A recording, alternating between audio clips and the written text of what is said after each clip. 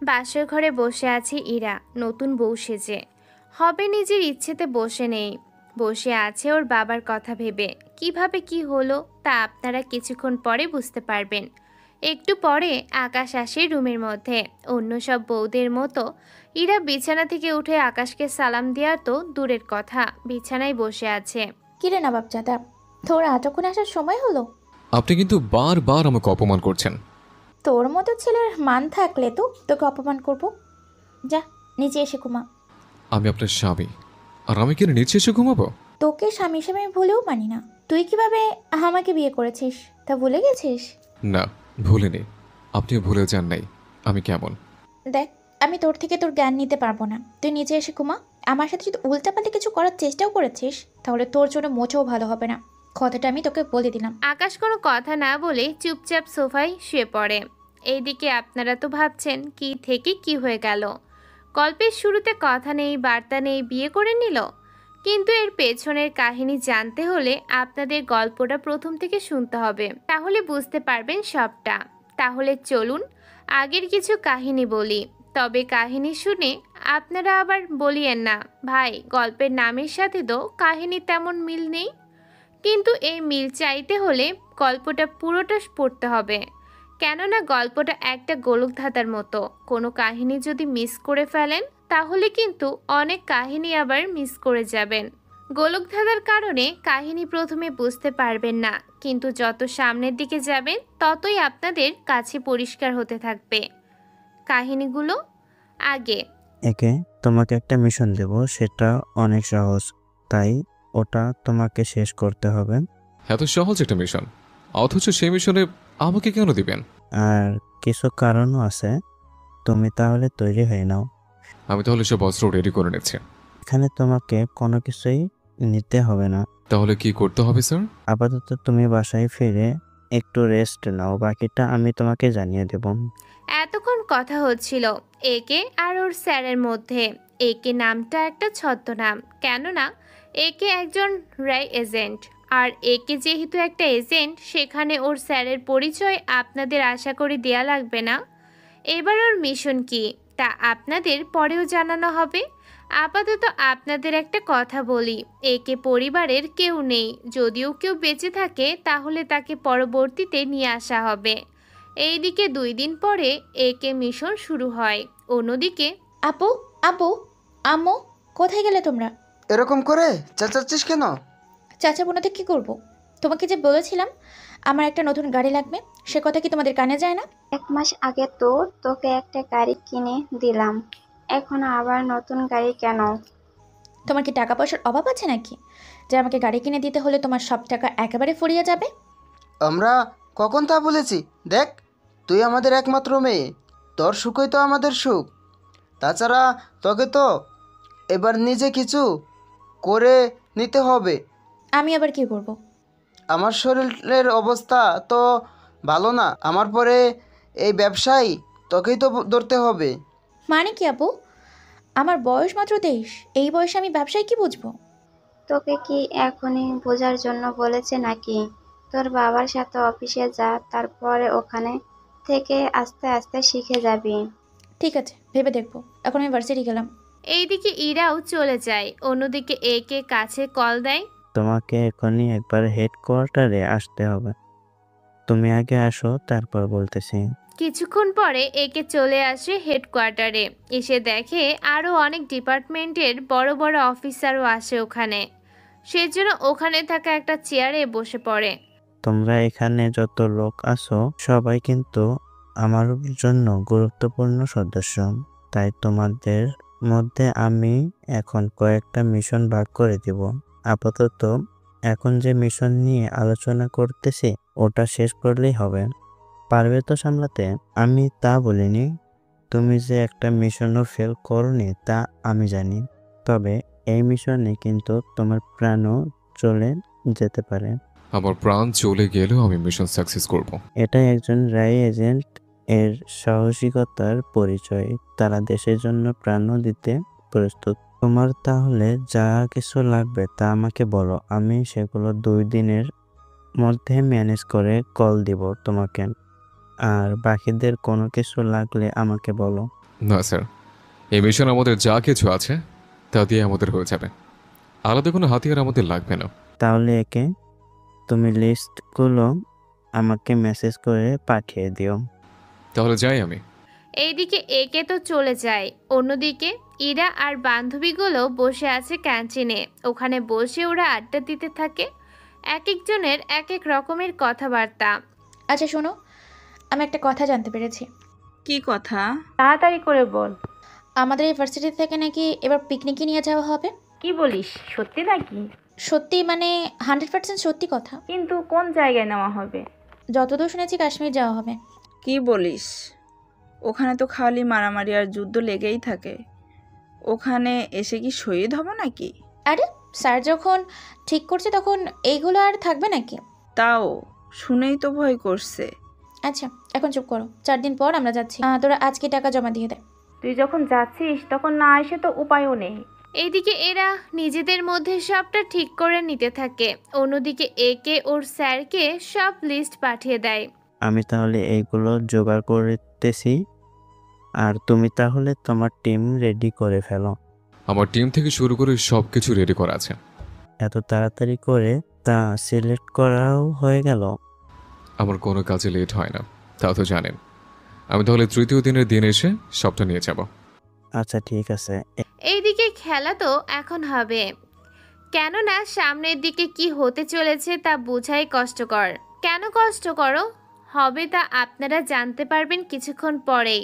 এইদিকে 2 দিন পরে আকাশ ও লোকদের পাঠিয়ে দেয়, যেগুলো একে নিয়ে আসতে বলেছিল সেগুলো আনিয়ে নেয়। তা ওরা নিয়ে আসে একে গোপন আস্তানায়, যে আস্তানার খবর শুধু আবির জানে। আবির হচ্ছে একে বিশ্বস্ত একজন এজেন্ট, আর একে আবিরকে নিজের ছোট ভাইয়ের মতো দেখে, আর আবিরও একে নিজের বড় ভাইয়ের মতো করে দেখে।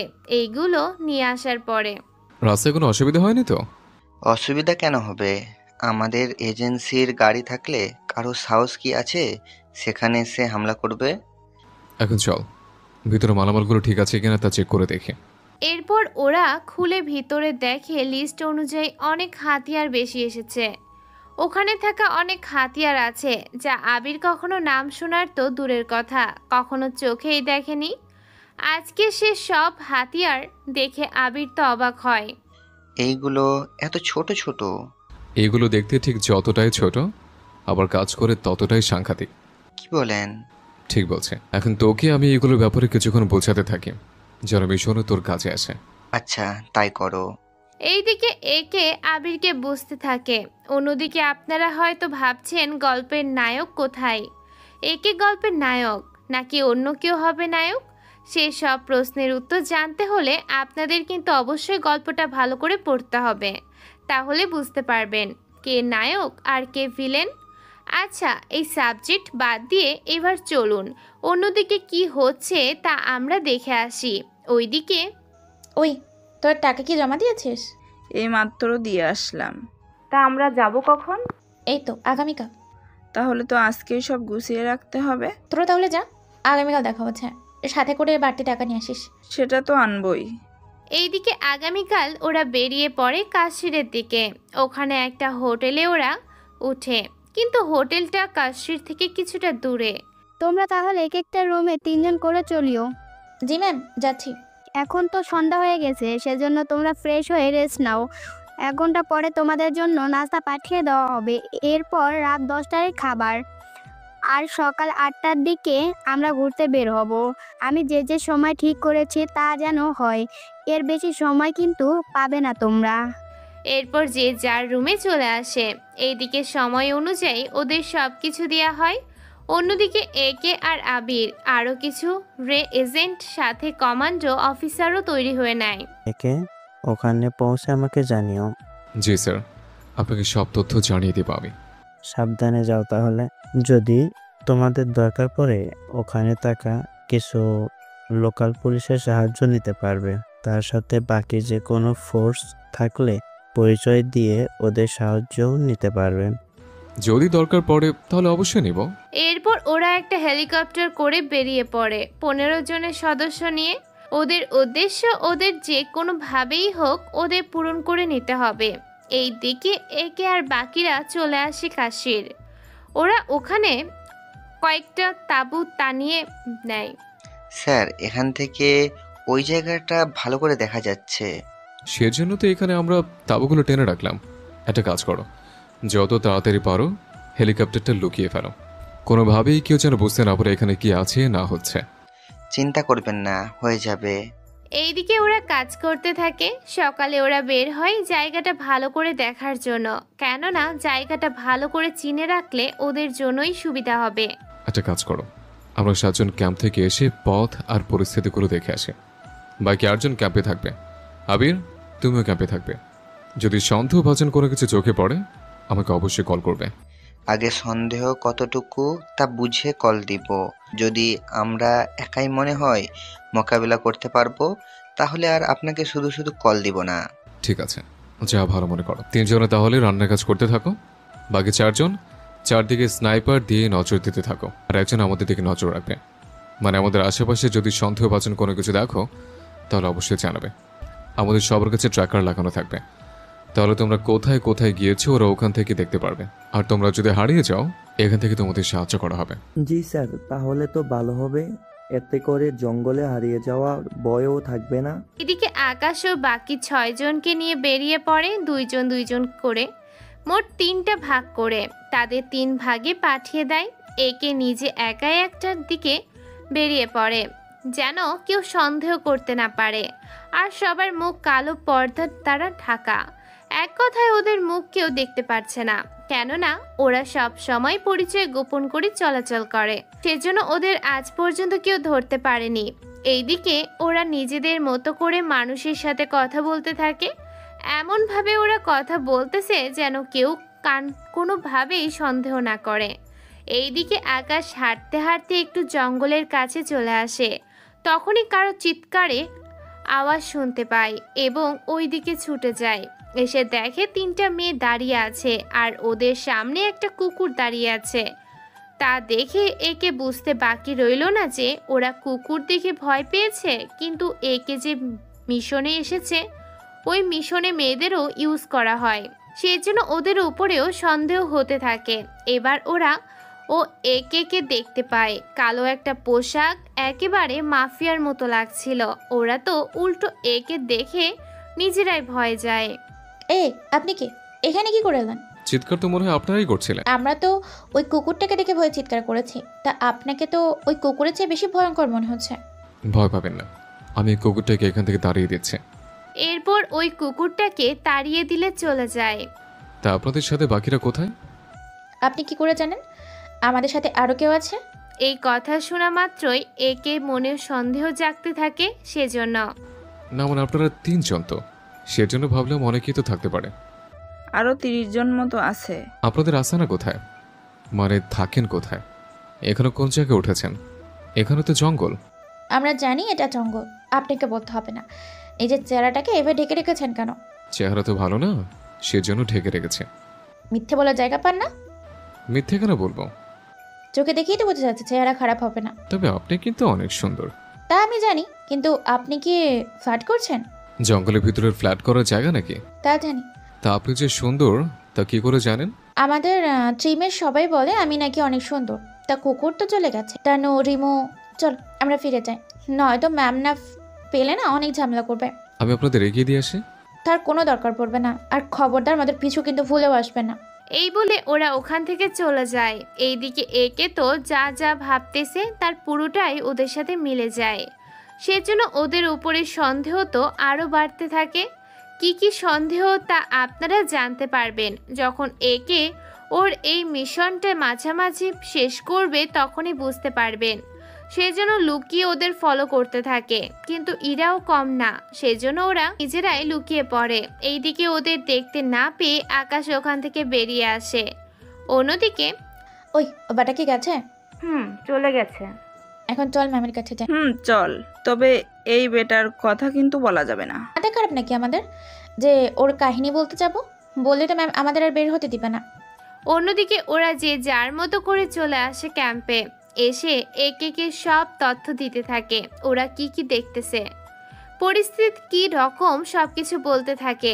সবার মতামত শোনার পরে একে নিজের দেখা ওই কথাগুলো বলে। কি বলছেন?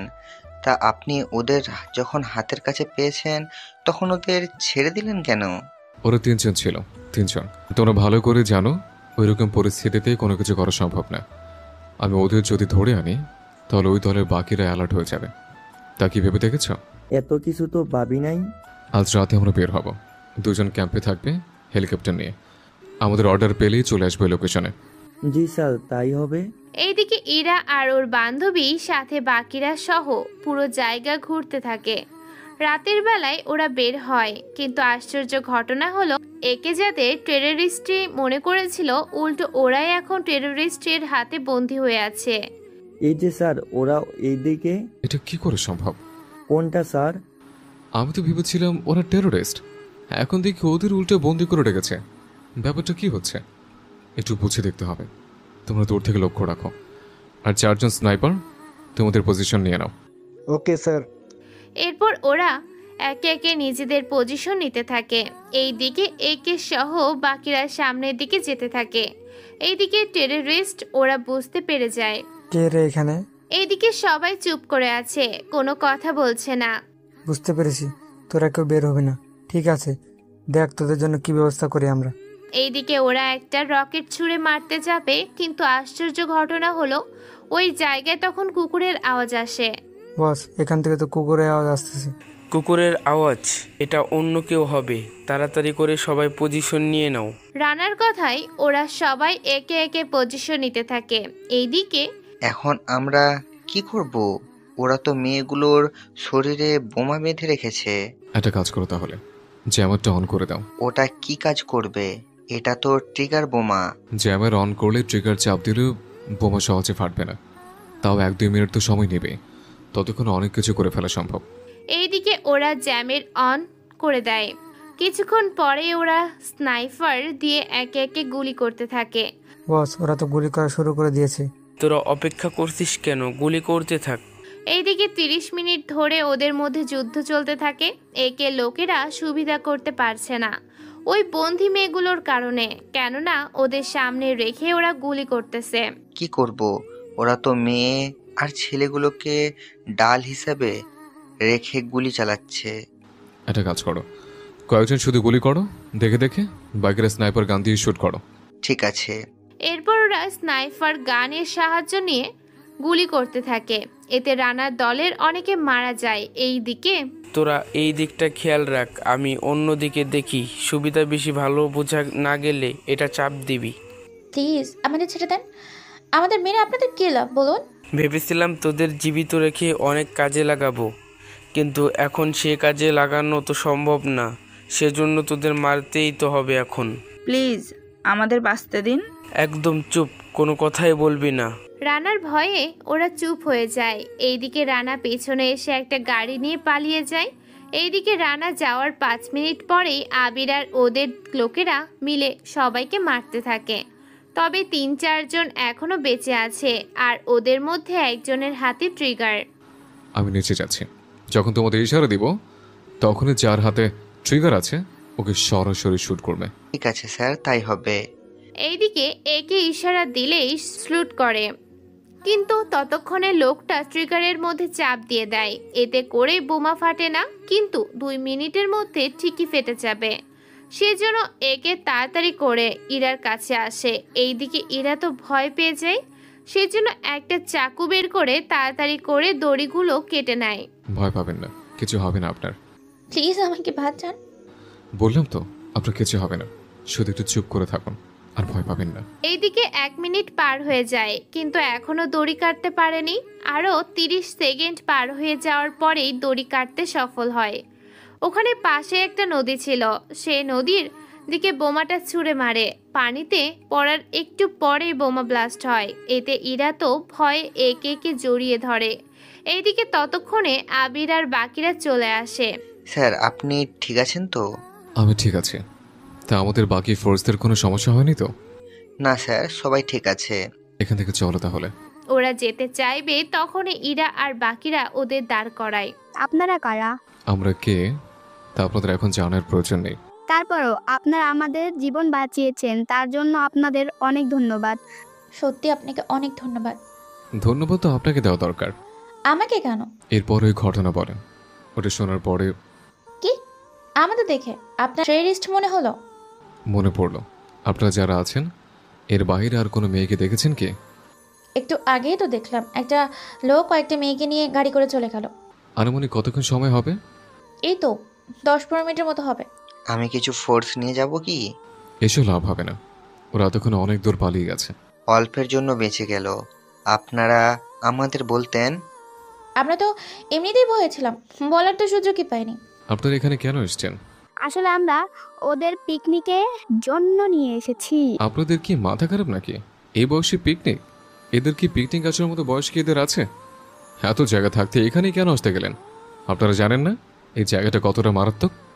এখানে আপনাদের জীবন পর্যন্ত চলে যেতে পারে। আমি তো ওদের তিনজনকে সন্দেহ করে এদিকে এসেছি। যদি আমি নাই আসতাম এতক্ষণে তো আপনাদের তো মেরেই ফেলতো। এখন আমরা কি করব? আমাদের নিরাপত্তা কে দিতে পারবেন? আপনাদের কি মাথা খারাপ? আপনাদের নিরাপত্তার জন্য যাবেন পুলিশ স্টেশনে, সেখানে আমাদের কাছে কেন? আমরা দিলে সমস্যা কি? সমস্যা হচ্ছে আমাদের কাজ এইগুলো না। প্লিজ দিন। আর একটা কথা বললে আপনাকে বোমা দিয়ে এখানে মেরে চলে যাব। আমাকে মারলে আমি আপনাকে পুলিশে দিব। ইরার কথা শুনে একে হাসতে থাকে, সাথে আবির সহ বাকিরা একটু একটু মিটমিট করে হাসছে। হাসির কি হলো শুনি? কিছু হয়নি, আপনাদের আর কোনো ভয় নেই, এবার থাকতে পারেন। সত্যি বলছেন তো? আর কোনো ভয় নেই তো? আর কোনো ভয় নেই। স্যার আমরা কি তাহলে এবার চলে যাব?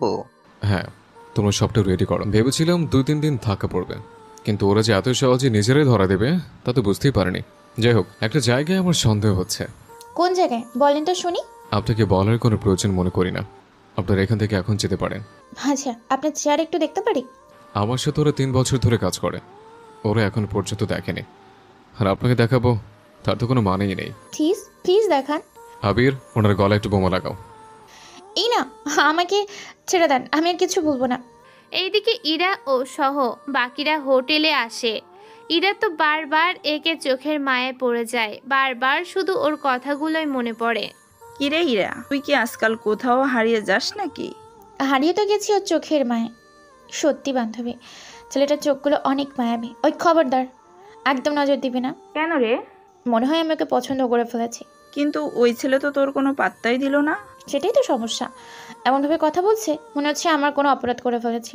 আমারও তাই মনে হচ্ছে। তাছাড়া আমরা তো ওর পরিচয় তো দূরের কথা, নাম পর্যন্ত জানি না। তাহলে সেটাই তো সমস্যা, কি করে যে ওর দেখা পাবো?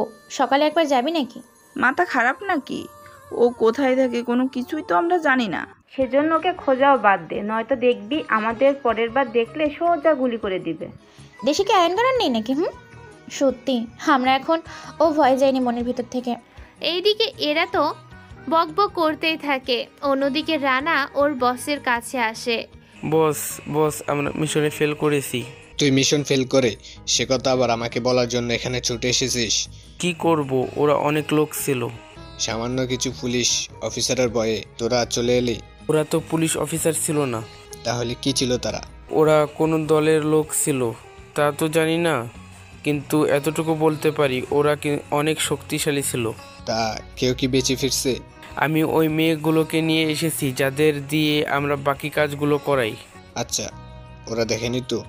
আমি যে পালিয়েছি সেটা তো দেখেছি, কিন্তু আমাদের এই আস্তানা তো ওরা কখনো খুঁজেও পাবে না। তা তো পাবে না, কিন্তু তাও নজর রাখতে হবে। বলা তো যায় না কই থেকে কি চলে আসে। ঠিক আছে। এইদিকে সকালবেলায় একে আর বাকি সদস্যগুলো আসে এখানে। স্যার, এই রাতে ওদের মধ্যে একজন কিছু মেয়েকে নিয়ে এই পথে গেল। তোমরা একটা কাজ করো, এখানে আমার জন্য অপেক্ষা করো, আমি 10 মিনিটের মধ্যে চলে আসবো। এরপর একটা গাড়ি নিয়ে ভিতরে যায়, কিন্তু কোনো কিছু পায়নি, কেননা গাড়িটা খুঁজে পায়নি, সেজন্য আবার চলে আসে। কিছু কি ফেলেন? কিছু তো পাইনি, কিন্তু ওরা হামলা আবারও করতে পারে। সেজন্য তোমরা একটা কাজ করো, এখানকার লোকাল পুলিশ স্টেশন অফিসারকে আমার সাথে দেখা করতে বলো। তাহলে কি আমরা এখান থেকে যাব না? আর এখন আর যাচ্ছি না, একটু আগে যা বলেছে তা করো। 1 ঘন্টার ভিতরে লোকাল পুলিশ অফিসার এসে হাজির। স্যার, আমাকে ডেকেছেন? এখানে কত বছর ধরে আছেন? আমি এসেছি মাত্র 2 মাস হয়েছে। তাহলে তো এখানকার তেমন কোনো কিছুই চেনেন না। তেমনই ধরে নিতে পারেন, কিন্তু আমাকে এখানে আসতে বলেছেন, গুরুত্বপূর্ণ কোনো কথা আছে কি? গতকাল রাতের ব্যাপারটা তো আপনার জানার কথা। এই ব্যাপারে আমি এখনও তেমন কিছুই জানি না। একটা কাজ করুন, আপনার কাছে ফোর্স নিয়ে এখানে থাকা ট্যুরিস্টদের প্রোটেকশন দিবেন। আপনি যখন বলছেন তখন অবশ্যই দিব। আমি কি এখন যেতে পারি? যেতে পারেন। এই দিকে পরের দিন ইরা আর ওর বান্ধবীর সাথে ম্যামরা পাহাড় দেখার জন্য বের হয়। এইদিকে একে কথা মতো সব জায়গায় পুলিশ মোতায়েন করা হয়েছে। অন্যদিকে একে আর আবির বের হয় ছদ্মবেশে। এক কথায় ওদের পোশাক তো চেঞ্জ করে, কিন্তু মুখ এখনও ঢেকে রাখে। কিছু দূর যাওয়ার পরে ওরা খেয়াল করে কিছু মেয়ে একটা গাড়িতে উঠতেছে আর 2-3টা লোক ওদের উঠিয়ে দিচ্ছে গাড়িতে। সেজন্য ওখানে যায়। কি ব্যাপার, ওদের নিয়ে কোথায় যাচ্ছেন? যেখানে যায় না কেন, তা আপনাদের কেন বলবো? আমাদের না বললে আর কাকে বলবি শুনি? কেন, আপনার কি পুলিশ নাকি? পুলিশ হলে কি করতি? তোরা যেখানে পুলিশ না সেখানে বাগড়া শুনে আমরা কি করব? এই তো দেখি অনেক কথা বলে। আমি মেয়েগুলোকে নামাচ্ছি। আবির কিছু করতে যাবে, লোকটা বন্দুক বের করে ওদের দিকে তাক করে রাখে। ভালোই বলছি, এখান থেকে চলে যা, নয়তো শুধু শুধু নিজের জীবনটা এইভাবে দিবি কেন? সত্যি আমি তো ভয় পেয়ে গেলাম। কথাটা বলেই লোকটার হাত থেকে বন্দুক নিয়ে নেয়। এখন কি করবি বল? কি চান আপনারা? যাদের এতক্ষণ ধরে গাড়িতে উঠিয়েছিস ওদের এক এক করে বাইরে নিয়ে আয়। লোকটা গাড়ির দরজা খুলে দেয়। তখন 4-5টা মেয়ে নামতে থাকে। ওদের মধ্যে প্রতিটা মেয়ের শরীরে বোমা বাঁধা ছিল।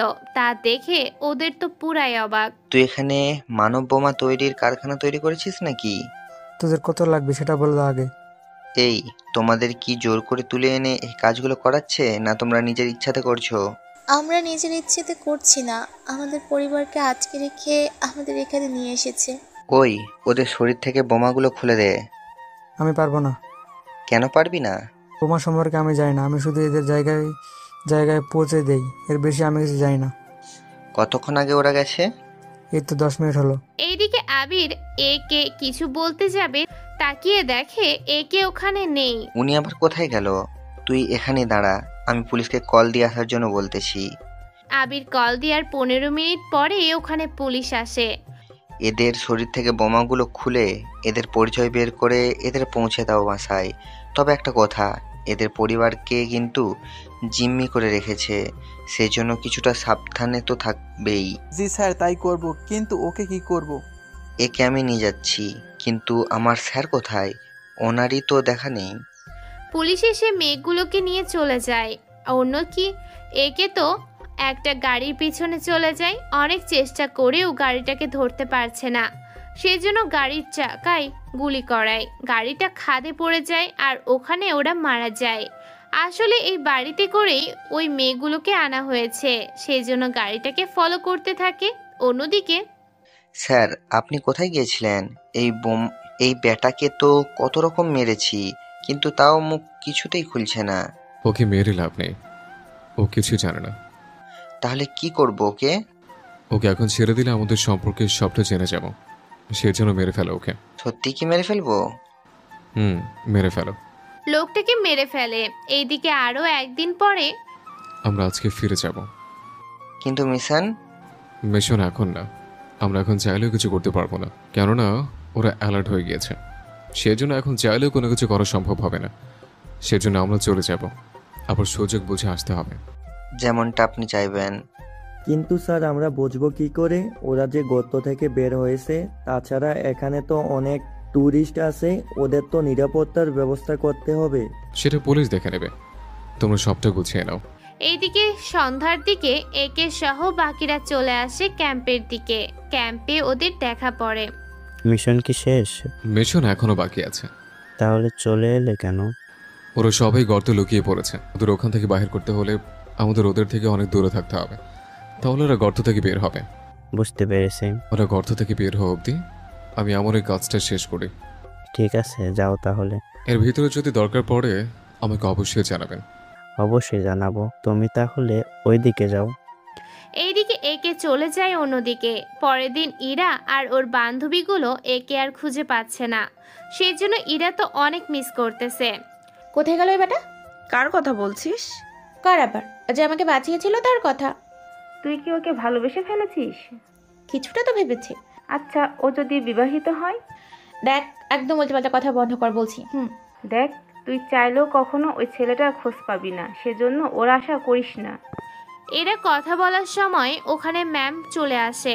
ওনাকে দেখে ওরা চুপ হয়ে যায়। আমরা এখানে আর 2 দিন থাকবো, সেজন্য তোমরা নিজেদের সেভাবে প্রস্তুত করে নিও। তোমাদের কিছু কেনাকাটা থাকলে তা করে নিও। ঠিক আছে ম্যাম। অন্যদিকে ইরার বাবা গাড়ি নিয়ে বের হয়। গাড়ির ভেতরে আছে 2 কোটি টাকা, তাও একটা ব্যাগের মধ্যে। উনি ওই টাকা নিয়ে ব্যাংকের দিকে যাচ্ছে, তখনই ওনার গাড়ির চাকা নষ্ট হয়ে যায়। কি হয়েছে? গাড়ি থামালে কেন? স্যার, চাকা নষ্ট হয়ে গেছে। তাহলে চাকাটা ঠিক করো। গ্যারেজ নিতে হবে, কিন্তু আশেপাশে কোনো গ্যারেজও নেই। তাহলে একটা রিক্সা বা অটো ব্যবস্থা করো। জি স্যার, করতেছি। ড্রাইভার গাড়ি থেকে নেমে একটা অটো ব্যবস্থা করে নেয়। এইদিকে স্যার, যাবেন কোথায়? ব্যাংকে যাব। সামনের মোড়েই ব্যাংকটাই তো? হ্যাঁ হ্যাঁ, ওখানে যাব। 50 টাকা ভাড়া লাগবে। ঠিক আছে, দিব। এখন চলো তো। আর ড্রাইভার। জি স্যার, বলুন। তুমি গাড়িটার চাকা ঠিক করে ব্যাংকে নিয়ে আসিও। এরপর থেকে চাকা চেঞ্জ করার জন্য যা যা লাগে সব কিছু কেনার জন্য টাকা নিও আমার কাছ থেকে। সাথে একটা এক্সট্রা চাকা রাখবে। জি স্যার, তাই করব। তুমি তাহলে চলো এখন। এইদিকে ওনারা যেতে থাকুক, ততক্ষণে আপনাদের আকাশের সম্পর্কে কিছু কথা বলি। আকাশের পরিবারে কেউ নেই। পড়াশোনা কতটুকু করেছে তা এখন নাই বললাম, সেটা সময় যখন হবে তখন আস্তে আস্তে জানতে পারবেন। এইদিকে স্যার চলে এসছে। এই নাও 50 টাকা। দিন স্যার। রফিক চৌধুরী নেমে ভিতরে চলে যায়। সেজন্য আকাশও অটো নিয়ে চলে আসে। কিছুটা দূরে আসার পরে ব্যাগটা খেয়াল করে।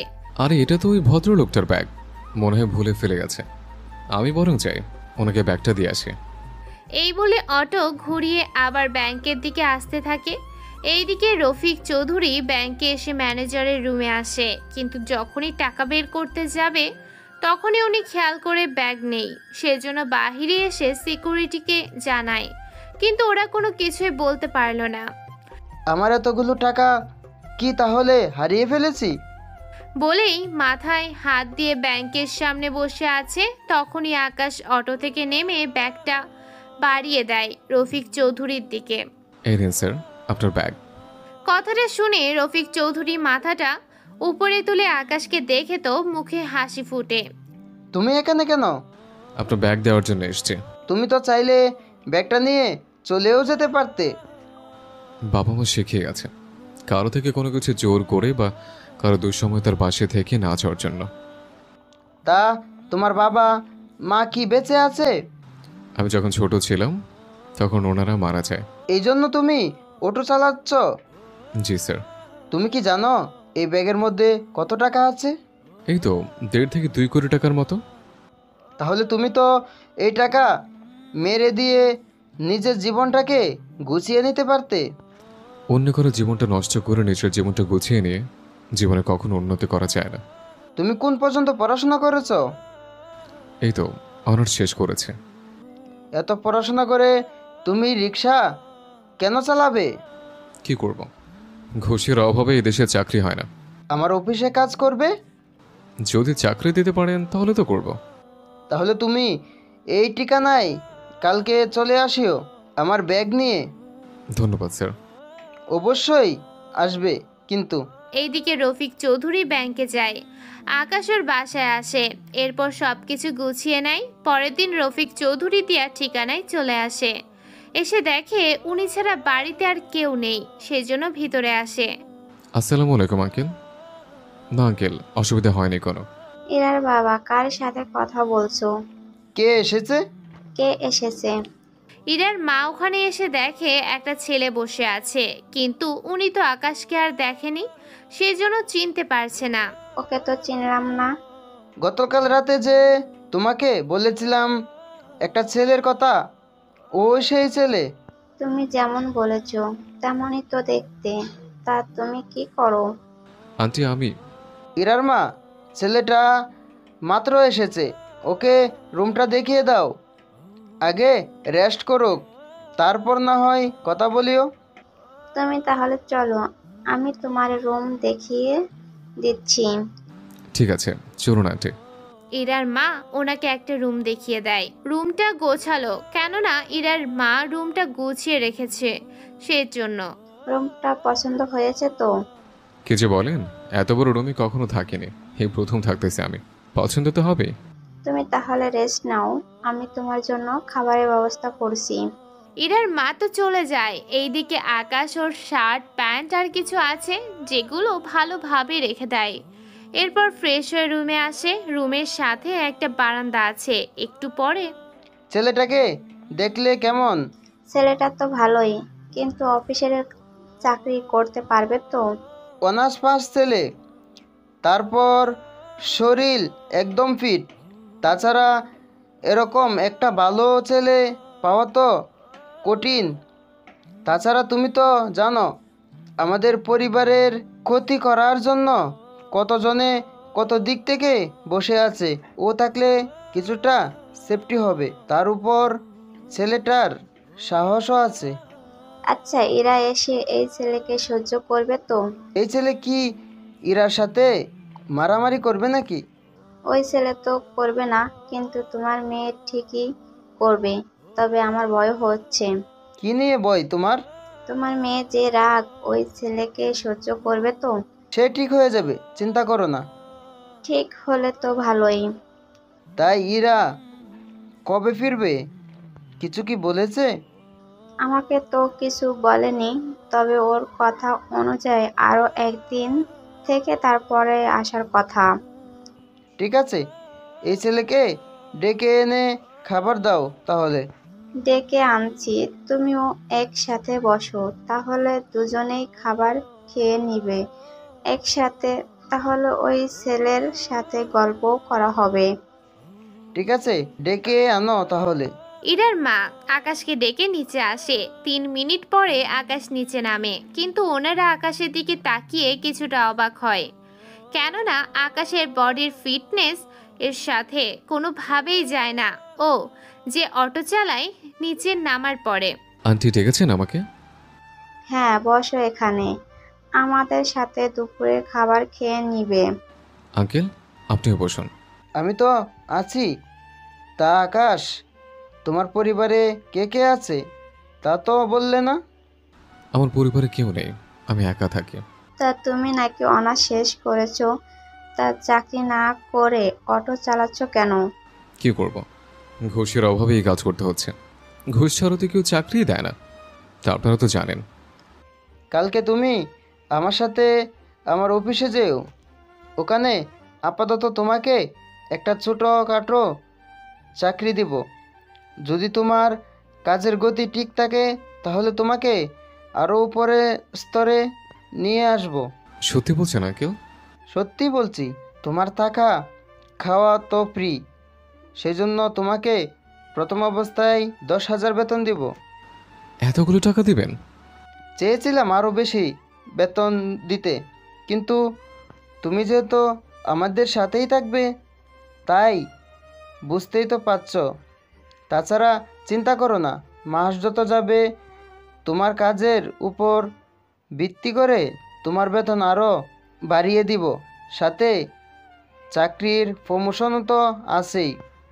কিন্তু মাঝে মাঝে যদি আমার ছুটি লাগে? সমস্যা নেই, ছুটি লাগলে আমাকে বলে দিও, আমি বাকিটা দেখে নিব। ঠিক আছে। এইদিকে খাওয়া শেষ করে নেয়। পরের দিন সকালে ইরার বাবার সাথে অফিসে যায়। ওখানে ইরার বাবা একটা টেবিল দেখিয়ে দেয়। তুমি তাহলে এখানে এসে কাজ করতে থাকো, আমি কেবিনে গেলাম। কোনো সমস্যা হলে ম্যানেজার আছে, ওনাকে বলে দিও। যদি এতে কাজ না হয় আমাকে জানিয়ে দিও। ঠিক আছে, জানাবো। এইদিকে আকাশ তো কাজ করতে থাকে, অন্যদিকে ইরা কি করছে চলুন একবার দেখে আসি। এইদিকে ইরা তো একে খুঁজতে ব্যস্ত, কোনোভাবেই খুঁজে পাচ্ছে না।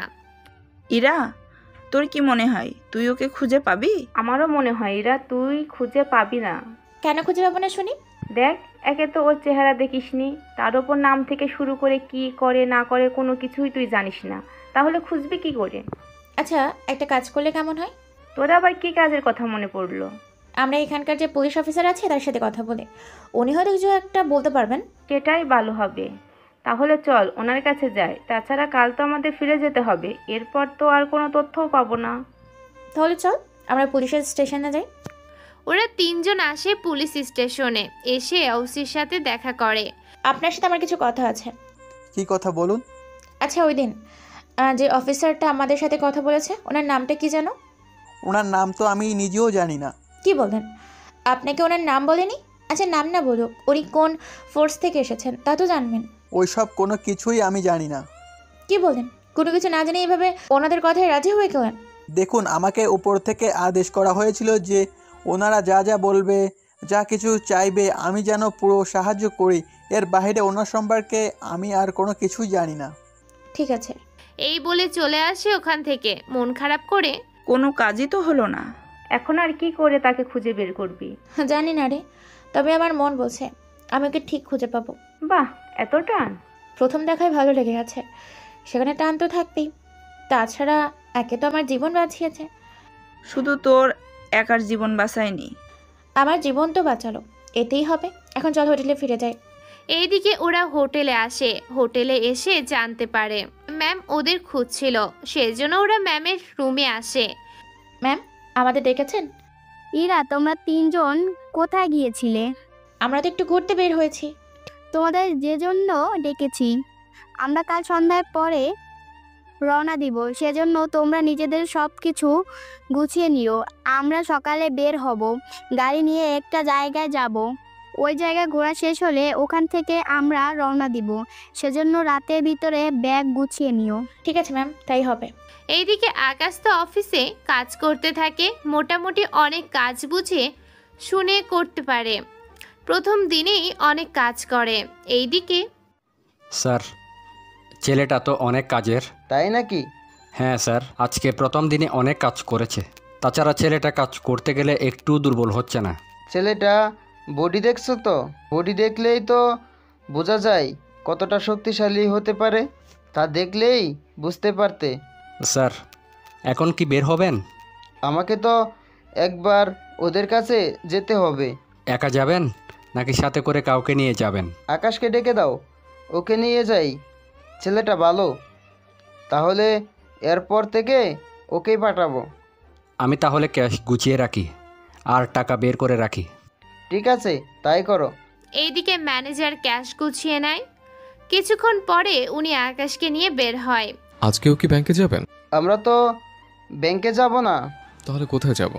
আমরা তো যাচ্ছি রাজীবকে টাকা দিতে। তা উনি কি আপনার বন্ধু হয়? বন্ধু হবে কেন? তাহলে টাকা দিতে যাচ্ছেন যে? এটা চাঁদা দিতে যাচ্ছি। চাঁদা কেন দেবেন? কি করব, ব্যবসায় করতে গেলে চাঁদা দিয়ে ব্যবসা করতে হয়, নয়তো ওর এই চাঁদার জন্য অফিসে এসে ঝামেলা করে, রাস্তাঘাটে অনেক বিরক্ত করে, দেখা যাবে মেরেও ফেলতে পারে। তাহলে পুলিশকে কেন বলছেন না? তোমার কি মনে হয় পুলিশ এসব কিছুই জানে না? আসলে ওরা আমাদের থেকে টাকা নিয়ে পুলিশকে কিছু টাকা দিয়ে রাখে, সেজন্য ওরা যাই করে না কেন পুলিশ ওদের কোনো কিছুই করে না। এখন বুঝতে পারছি, তাহলে একটা ব্যবস্থা তো করতেই হবে। তুমি আবার কি ব্যবস্থা করবে? চলুন, আজকে দেখতে পারবেন। এই দিকে ওরা চলে আসে রাজীবের কাছে। ইরার বাবার মতো আরো অনেকে এসেছে চাঁদা দেওয়ার জন্য। এইদিকে বস, সবে মাত্র 80 লক্ষ টাকা হলো। কি বলিস, এত কম? সামনে তো আরো 5 জন বাকি, রফিক চৌধুরীও আছে, সব মিলে তো 1 কোটি টাকা হবেই। হলেই ভালো। তা সবাই চাঁদা দিয়েছে তো, নাকি আরো কেউ বাকি আছে? ওরা 5 জন মিলে আর কেউ বাকি থাকবে না।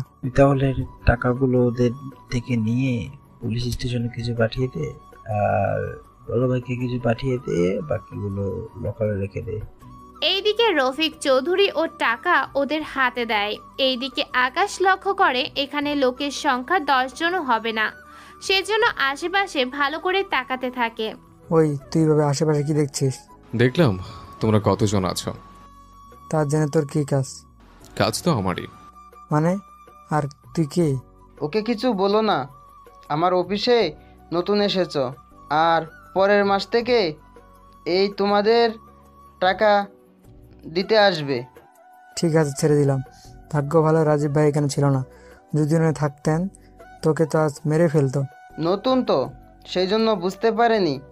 ওকে ছেড়ে দাও। ঠিক আছে, ছেড়ে দিলাম। ওর মাথায় ভালো করে কথাটা ঢুকিয়ে নে। আকাশ চলো এখান থেকে।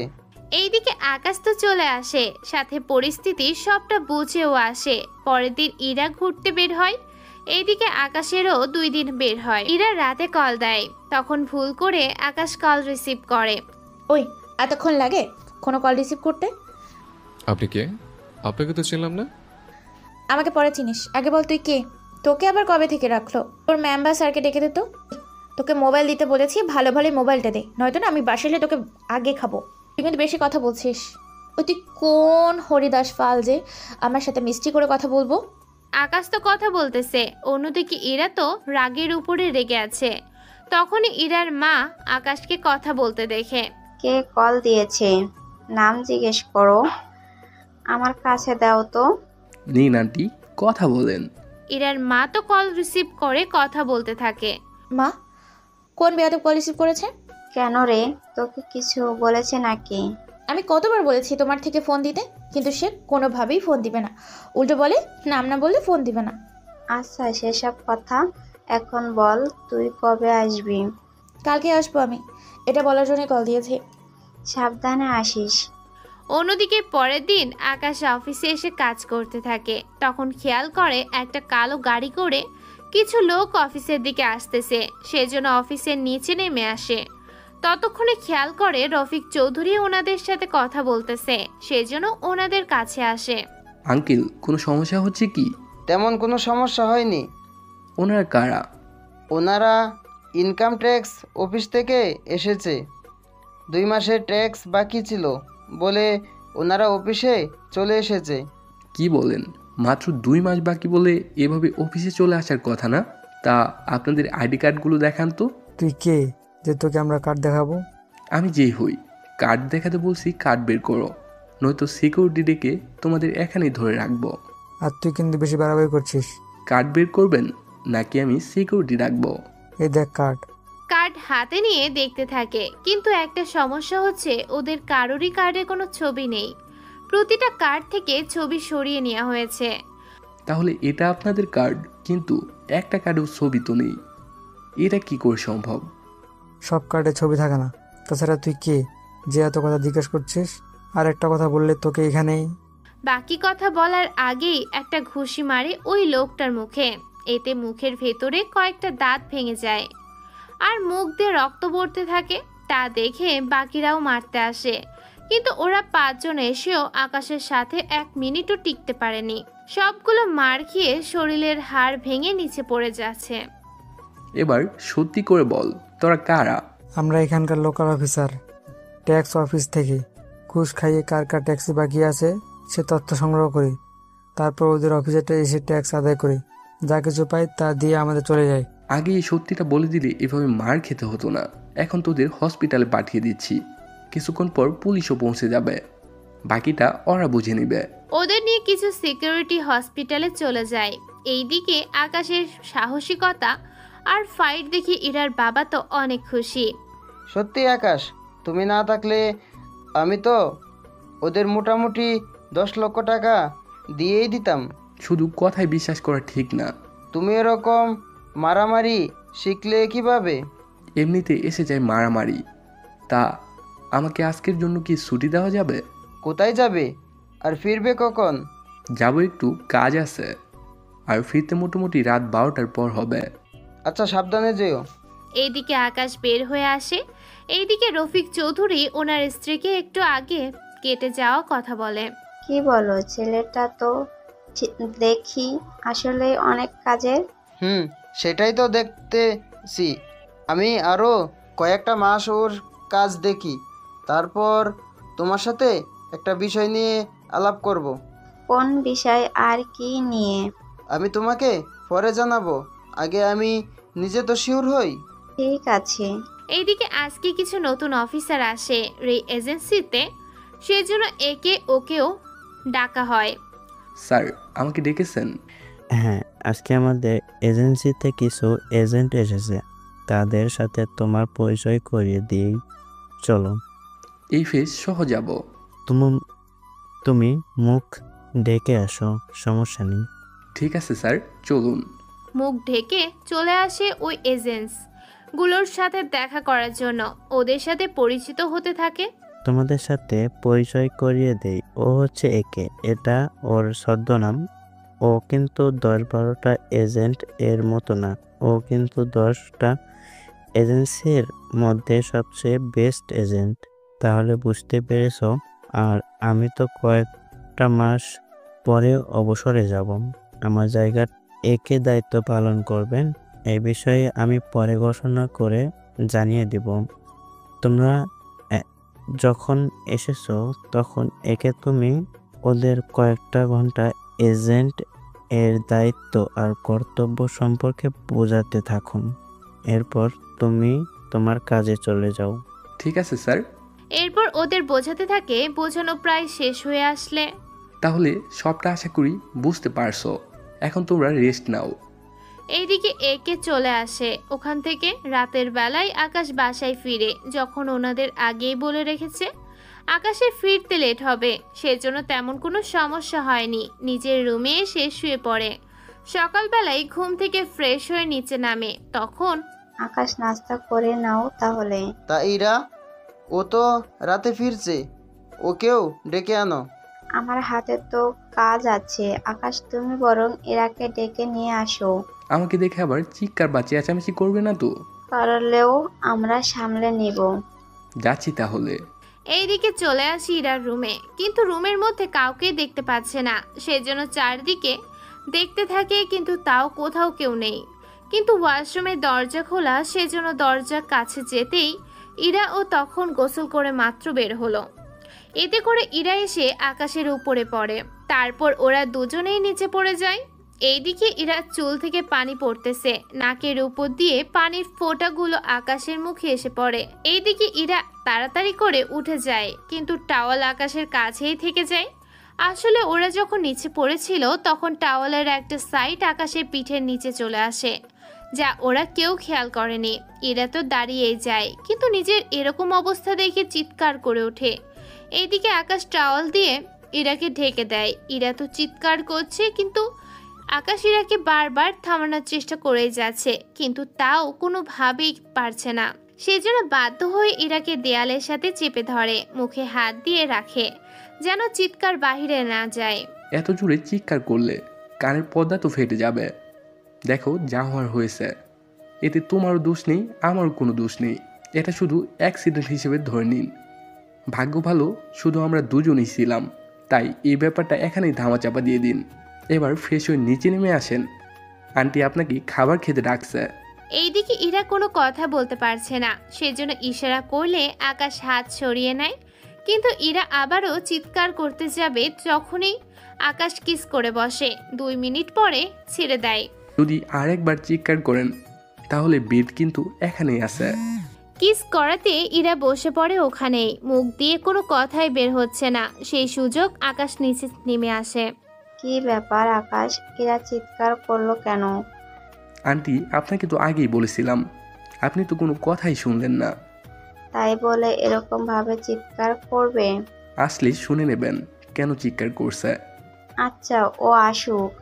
এইদিকে 10 মিনিট পরে ইরা যখন নেমে আসে, তখন তো ইরাকে দেখে পুরাই অবাক হয়ে যায়।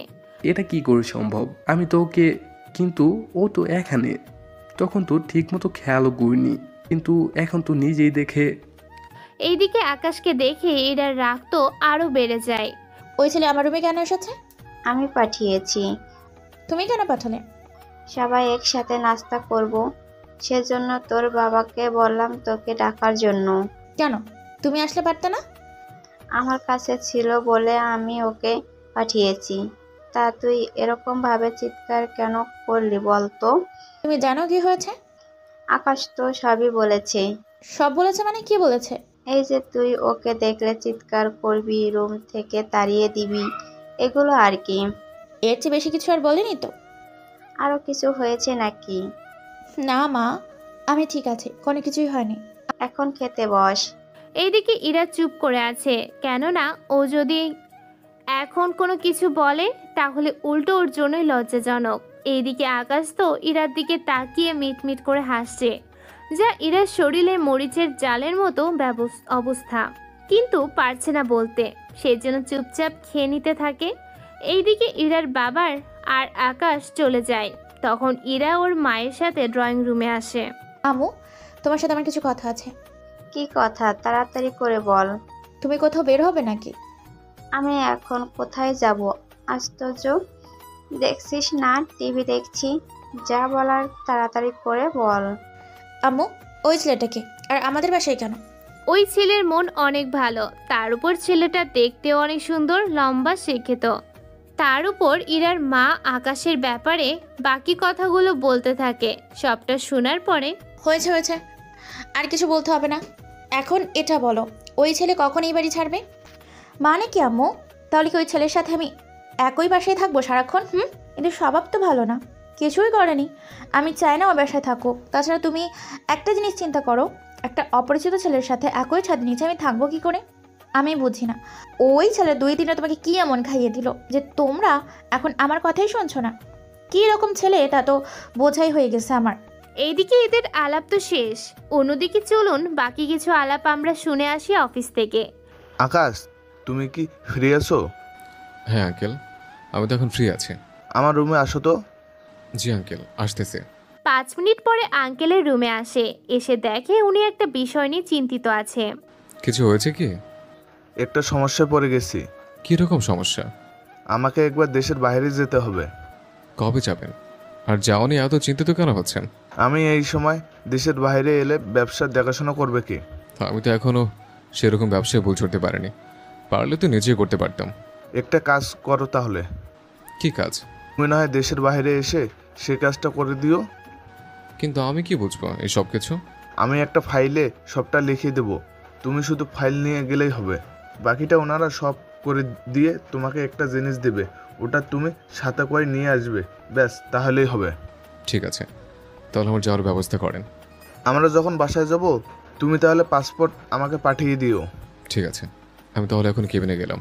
এইদিকে ভার্সিটিতে ইরা ওর বান্ধবীদের সাথে আড্ডা দিচ্ছিল, তখনই এত সহজে কি খোঁজ পাবো? মনে তো হচ্ছে তাই করতে হবে। এখন চল বাসায় যাই, ভালো লাগছে না। এইদিকে বাসায় আসে, রাতে ইরার বাবা মা সবাই মিলে খেতে বসে। তখন ইরার বাবা আকাশের দেশের বাইরে যাওয়ার ব্যাপারটা বলে। পাসপোর্ট এনেছো? এই নিন আঙ্কেল। ইরার বাবা পাসপোর্ট দেখে অবাক হয়ে যায়, কেননা এটা 4-5টা পাসপোর্টের মতো সাধারণ কোনো পাসপোর্ট ছিল না। এটা পাসপোর্ট নাকি অন্য কিছু? কেন আঙ্কেল, কোনো সমস্যা? আসলে এরকম পাসপোর্ট তো আমি কখনো দেখিনি। তার উপর এইদিকে এদের কথার মাঝে ইরা ওর রুমে এসে ওর পাসপোর্টটা নিয়ে ওর বাবার কাছে দেয়। এই না আব্বু, আমার পাসপোর্ট। তোর পাসপোর্ট দিয়ে আমি কি করব? তুমি ওকে দেশের বাইরে পাঠাবে, যদি ও ফিরে না আসে। তা আনতে পাঠাচ্ছ, যদি তা নিয়ে পালিয়ে যায় সেজন্য তো আমিও যাব তার সাথে। তাছাড়া তুমি কিন্তু ওদের বলে দিও ওনারা সব কিছু যেন আমার কাছে দেয়। এটা কোনো কথা? শুধু শুধু তোর কি জন্য যাওয়ার দরকার?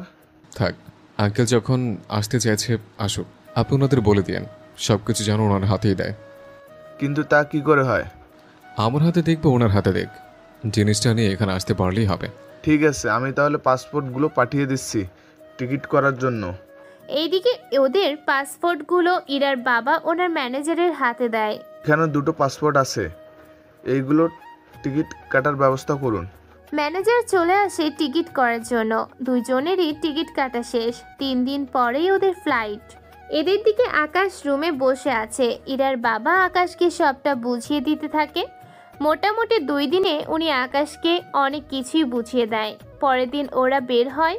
তখন ইরার বাবা আকাশকে নিয়ে একটু সাইডে আসে। বুঝতেই তো পারছে না, আমার মেয়েটা অনেক জেদি, ও রাগী, ওর খেয়াল রেখো। চিন্তা করবেন না আঙ্কেল, আমি আমার সবটা দিয়ে চেষ্টা করব, আপনি শুধু দোয়া করেন। যাও তাহলে, সাবধানে। এইদিকে ওরা দুজনে সবটা শেষ করে প্লেনে এসে বসে পড়ে। এইদিকে এরা যেতে থাকুক, অন্যদিকে আমরা অন্যদিকে দেখে আসি কি হয় ওখানে। অন্যদিকে স্যার, আমাদের একে স্যার কোথায়? আপনি তো বলেছিলেন দেশের বাইরে আমাদের একটা ছোট করে মিশন আছে, সেই মিশন সম্পর্কে তো এখনো কোনো তথ্য বলিনি বা মিশন সম্পর্কে তেমন কিছু জানি না। আসলে স্যার, কথাটা ওইভাবে বলতে চাইনি। আসলে এমন মিশনে যাওয়ার আগে তো আমাদের সেই সম্পর্কে সামান্য কিছু ধারণা দেওয়া হয়। আমরা কি করব না করব, কোথায় নামবো, কিভাবে আমরা যাব, কিন্তু 3 দিন পরেই তো মিশন, সেজন্য জিজ্ঞেস করা। এইদিকে ওরা তো ভিডিও দেখতে থাকে, এরপর ওদের স্যার ওখানে ওদের বাকিটা বোঝাতে থাকে। এইদিকে ওদের পাঠিয়ে দেয় কাশ্মীরের দিকে। ওরা আবারও সেম 15 জন এজেন্ট নিয়ে বেরিয়ে পড়ে। অন্যদিকে চলুন আকাশ আর ইরা কি করছে তা আমরা দেখে আসি। ওরা দুজনেই এয়ারপোর্ট থেকে বের হয়ে নিচে নামে। আমরা এখন যাচ্ছি কোথায়? আপাতত হোটেলে যাব। কোন হোটেলে যাব? এখন কি করে তা বলবো। আচ্ছা, আমরা যে অফিসের কাজের ব্যাপারে যাব, এই অফিসটা যেখানে, আমরা তার আশপাশটায় কোনো হোটেলেই তো থাকতে পারি। এত বুদ্ধি নিয়ে থাকেন কি করে? আমার বারবার একটা বুদ্ধি বেশি, সেটা নতুন কি? এবার বকবক বন্ধ হলে আমরা সামনের দিকে এগোতে পারি। ঠিক আছে, চলুন। এরপর ওরা একটা ট্রেনে উঠে পড়ে। ট্রেনে করে হোটেলে আসার পরিবর্তে চলে আসে একটা বাড়িতে। বাড়িটার সামনের দিক থেকে অনেক পুরনো আর ছোট মনে হচ্ছিল, কিন্তু ভিতরে ঢুকে ইরা তো অবাক হয়, কেননা ভিতরটা অনেক বড় ছিল। এটা কার বাড়ি? কার আবার? আমার বাড়ি। এই, আমাকে দেখে কি আপনার মদন বলে মনে হয়? মদন কেন মনে হবে? এই যে এই বাড়িটা যদি আপনার হয়, তাহলে আমাদের বাড়িতে কেন পড়ে আছেন? সে আমার ইচ্ছে। এখন মুখটা বন্ধ রেখে ফ্রেশ হয়ে নিন। ইরা কোনো কথা না বলে ফ্রেশ হয়ে নেয়। কিছুক্ষণ পরেই আকাশের কিছু কাজ আছে, সেজন্য ইরাকে কিছু খাবার আর নাস্তা দিয়ে যায়। আমার ফিরতে রাত হবে। এখানে আমার মোবাইল নাম্বার দেওয়া আছে, কোনো কিছু লাগলে কল করবেন। এখানে নাস্তা আর এখানে খাবার আছে, খেয়ে রাতে শুয়ে পড়বেন। আমাকে এইসব খাইয়ে উল্টোপাল্টা কোনো কিছু করার চিন্তা করছেন না তো? আপনার মাথায় কি এসব ছাড়ার কোনো ভালো কিছু আসে না? আসবে কি করে? নিজে না খেয়ে আমাকে খেতে বলছেন, এতে মাথায় তো অনেক কিছুই আসবে। আকাশ কথাটা শুনে প্রতিটা আইটেম থেকে কিছু কিছু করে খেয়ে নেয়। এবার তো বিশ্বাস হলো খাবারে কিছু নেই। ঠিক আছে, যান তাহলে। আসার সময় কিছু চকলেট নিয়ে আসবেন মনে করে। এইদিকে আকাশ রুমটা বাহির থেকে লক করে বের হয়ে আসে। আসার সময় ইরার বাবাকে কল দিয়ে সবটা বলে দেয়। অন্যদিকে, হ্যাঁ স্যার, আমি পৌঁছে গেছি। আমাদের বাকি এজেন্টগুলো যখন ওইদিকে থাকবে, তখন টেবিল মনে করবে আমাদের এজেন্টগুলো ওইদিকে আছে। এখন আমি যাচ্ছি টেবিলের কাছে। আপনি একটা কাজ করুন, এই দেশের একটা এজেন্সির সাথে কথা বলে আমাকে কিছু হাতিয়ার দেওয়ার ব্যবস্থা করুন। কিছু সমস্যার কারণে সেগুলো আমি আনতে পারিনি। ঠিক আছে স্যার। একে ওইদিকে যায়। ওদের অফিসের সামনে এসে ওর স্যারকে কল দেয়। এতে একজন অফিসার নিচে নামে। আপনার নাম কি? নাম বলার প্রয়োজন নেই, আমার কিছু হাতিয়ার লাগবে। হাতিয়ার তো দেওয়া যাবে, কিন্তু আপনাকে সেসব হাতিয়ার আবার ফেরতও দিতে হবে। হাতিয়ার ফেরত দিব, কিন্তু যেগুলো খরচ করব সেগুলো ফেরত কি করে দিব? আচ্ছা, আমিও আপনার সাথে যাব। ঠিক আছে, চলুন। এইদিকে একে হাতিয়ার নিতে থাকে। অন্যদিকে কি খবর? এইদিকে অফিসার আর একে চলে আসে একটা ঠিকানায়। এত বড় একটা জায়গা, আমরা মানুষ মাত্র 2 জন। তোমার কি ভয় হচ্ছে? আমরা লোক কম হওয়াতে একটু তো হচ্ছে, বুঝতেই তো পারছেন। ওরা ঠিক কতজন আছে আমাদের জন্য সেটা তো জানি না। তাহলে এক কাজ করো, তুমি এখানে থাকো, আমি ভেতরে এসে দেখে যাচ্ছি। এটা তোমার কাছে রাখো। যদি আমি সমস্যায় পড়ি, এটাতে করে তোমাকে সিগন্যাল দেব, তুমি এটার সাহায্যে আমার কাছে চলে আসতে পারবে। আচ্ছা ঠিক আছে। এইদিকে একে ভিতরে আসে। এসে নিজের মতো করে বাকি কাজ করতে থাকে। কিছু কিছু জায়গা বোমা লাগিয়ে দেয়, কিন্তু ওই জায়গায় তেমন কোনো লোককে দেখতে পারছে না। সেজন্য ভিতরের রুমগুলো দেখতে থাকে, কিন্তু তাও খুঁজে পাচ্ছে না। সেজন্য সন্দেহ আরও বেড়ে যায়। কি ব্যাপার, এখানে তো 10 জন হলেও লোক থাকার কথা, কিন্তু একজনও দেখছি না, ব্যাপারটা কি? এইদিকে ডেভিল আর ওর লোক বসে আছে ওই বাড়ির 40 ফুট নিচে। আসলে এই বাড়ির কিছু কিছু সিক্রেট রুম আছে, কিন্তু একে তো আর জানে না।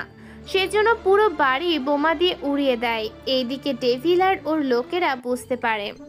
এইদিকে কল দেয় ওর স্যারকে। এখানে তো কাউকেই পাইনি, সব কয়েকটা খালি রুম, কোনো রুমে লোকই নেই। তার সম্ভব না, আমি তো বোমা দিয়ে পুরো বাড়িটা ধ্বংস করে দিয়েছি। যদি কেউ থাকে তার বাঁচার কোনো আশঙ্কা নেই। ঠিক আছে স্যার। এইদিকে ওই অফিসারকে কিছু বন্দুক দিয়ে দেয়। বোমাগুলো কোথায়? এত বড় একটা বাড়ি কি গুলি করে ভাঙবো নাকি? তাই বলে সবগুলো বোমা খরচ করে ফেলবেন? তোমার তো ভাগ্য ভালো বন্দুকগুলো পেয়েছ। যদি ভিতরে কেউ থাকতো তাহলে তো এটাও তুমি ফেরত পেতে না। এবার এগুলো নিয়ে তোমার এজেন্সিতে যাও। আপনি কোথায় যাবেন? আমি যাব আমার কাছে। এরপর দুজন দুই দিকে চলে আসে। রাতে ইরার কথা মতো চকলেট নিয়ে আসে, কিন্তু রাত হয়ে যাওয়াতে আর ওই রুমে যায়নি।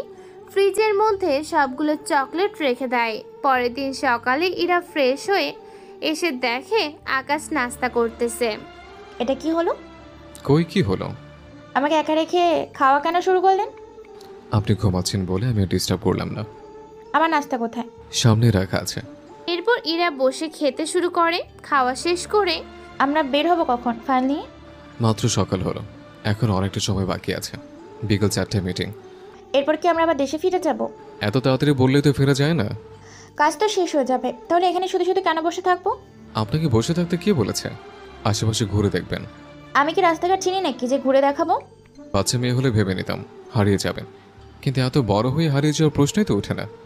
তাও আমি একটা মেয়ে রাস্তায় বের হবো, ছেলেরা যদি... কাজের পরে যদি সময় পাই তাহলে যাব। ঠিক আছে।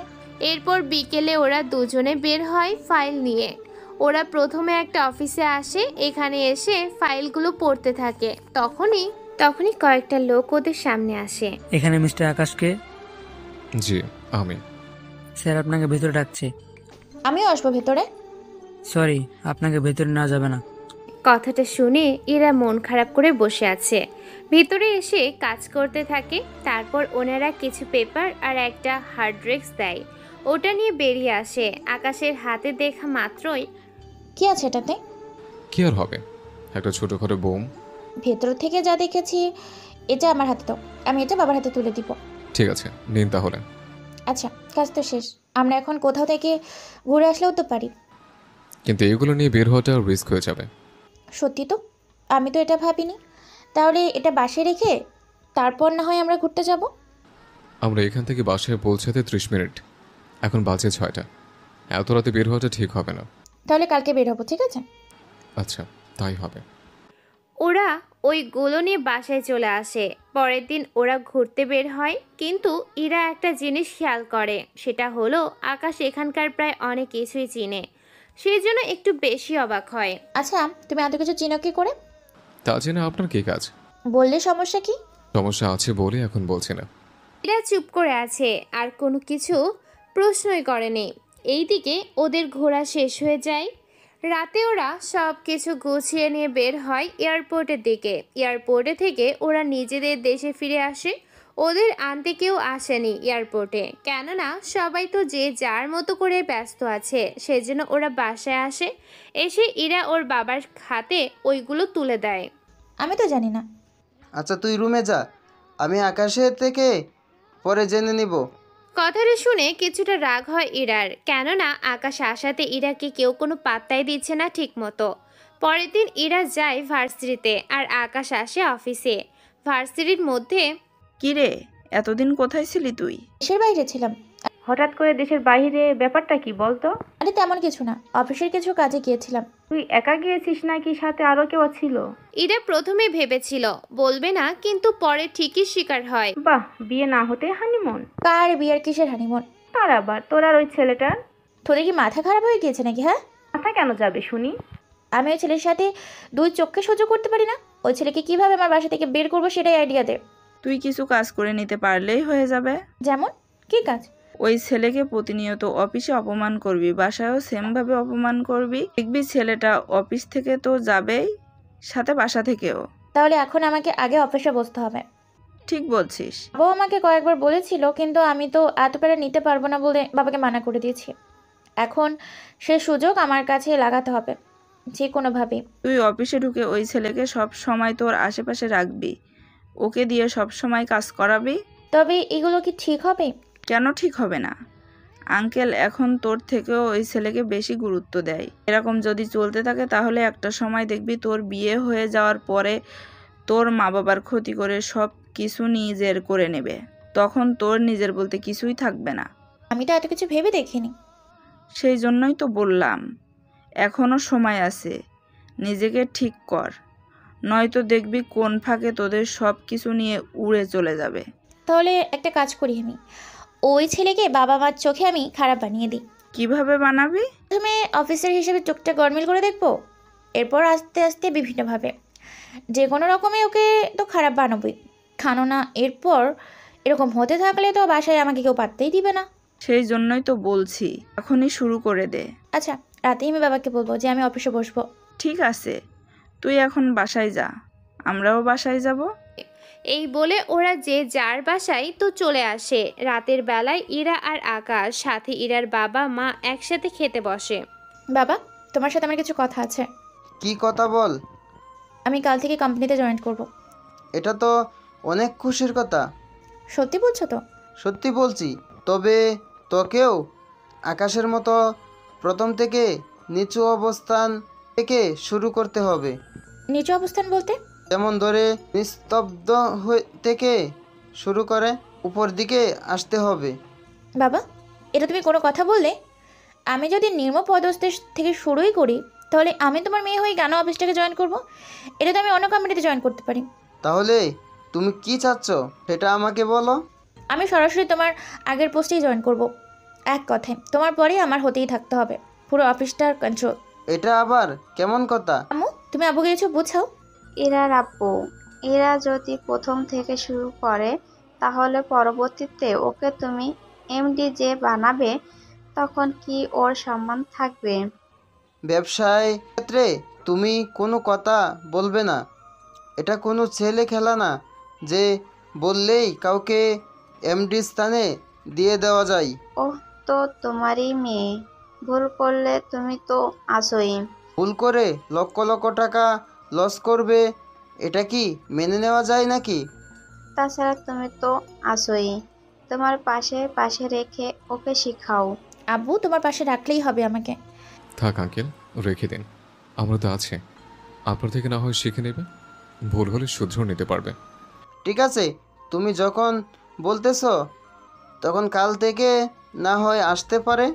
এইদিকে ইরা কিছুটা খুশি হলেও মনের দিক থেকে অনেক রেগে আছে, কেননা ইরার বাবা আকাশের কথাই ইরাকে ওনার সাথে রাখতে রাজি হয়েছে, সেজন্য।